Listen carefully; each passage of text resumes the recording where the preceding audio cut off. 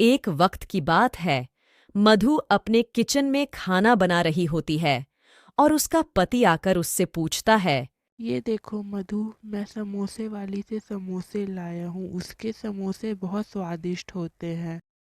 आप खा लीजिए समोसे। मैंने और बच्चों ने शाम को ही चाउमीन और समोसे खाए। फिर मधु रमेश को समोसे निकाल कर देती है। रमेश को समोसे बहुत अच्छे लगते हैं। अरे, ये समोसे तो बहुत अच्छे हैं, मुंह में रखते ही घुल गए। रमेश अपने कमरे में चला जाता है आराम करने और मधु अपना खाना बनाने लगती है। कुछ देर बाद मधु को कुछ आवाज आती है। मधु जाकर देखती है कि उसका पति अजीब हरकतें कर रहा है।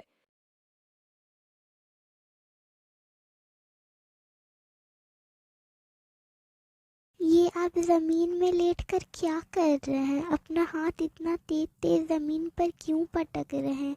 आप पागल तो नहीं हो गए हैं ना? हे भगवान, अब मैं क्या करूं? मधु को कुछ समझ नहीं आता कि उषा का पति ऐसी हरकतें क्यों कर रहा है। फिर मधु अपनी सारी बात अपने दोस्त को बताती है। देख ना सीमा, पता नहीं इनको क्या हो गया है।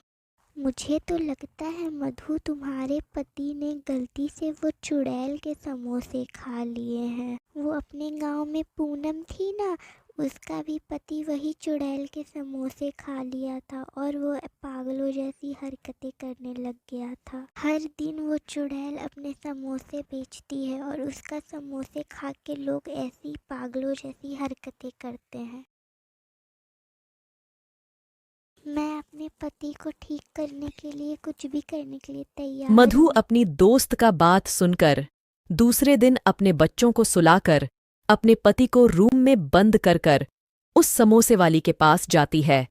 देखने वहां पहुंचकर मधु को ऐसा बिल्कुल भी नहीं लगता कि वह चुड़ैल है। मधु को वह सारी बात सुनी सुनाई लगती है। समोसे ले लो, गर्मा गर्म समोसे, सस्ते सस्ते समोसे। देखते ही देखे उस समोसे वाली के सारे समोसे बिक जाते हैं। बात झूठ लगती है। मुझे तो ये समोसे वाली चुड़ैल नहीं लगती, पता नहीं क्यों सब ऐसा कहते हैं। और जब वह जाने लगती है तो उसको एक आवाज आती है। आज तो सारे समोसे बिक गए। अब ये सब लोग समोसे खाकर पागल हो जाएंगे, क्योंकि समोसे में नशे की गोलियां मिली हुई है। सब लोगों ने सही कहा था, ये तो चुड़ैल ही है। अब मैं क्या करूं, किससे मदद लूं? फिर क्या था? मधु को कुछ समझ नहीं आता कि वह क्या करें।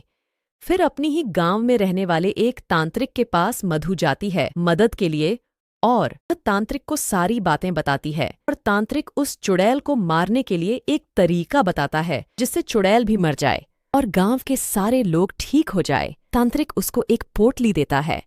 मैं कुछ भी करके समोसे में इसको मिलाकर चुड़ैल को फिर क्या था? मधु लग जाती है समोसे बनाने में।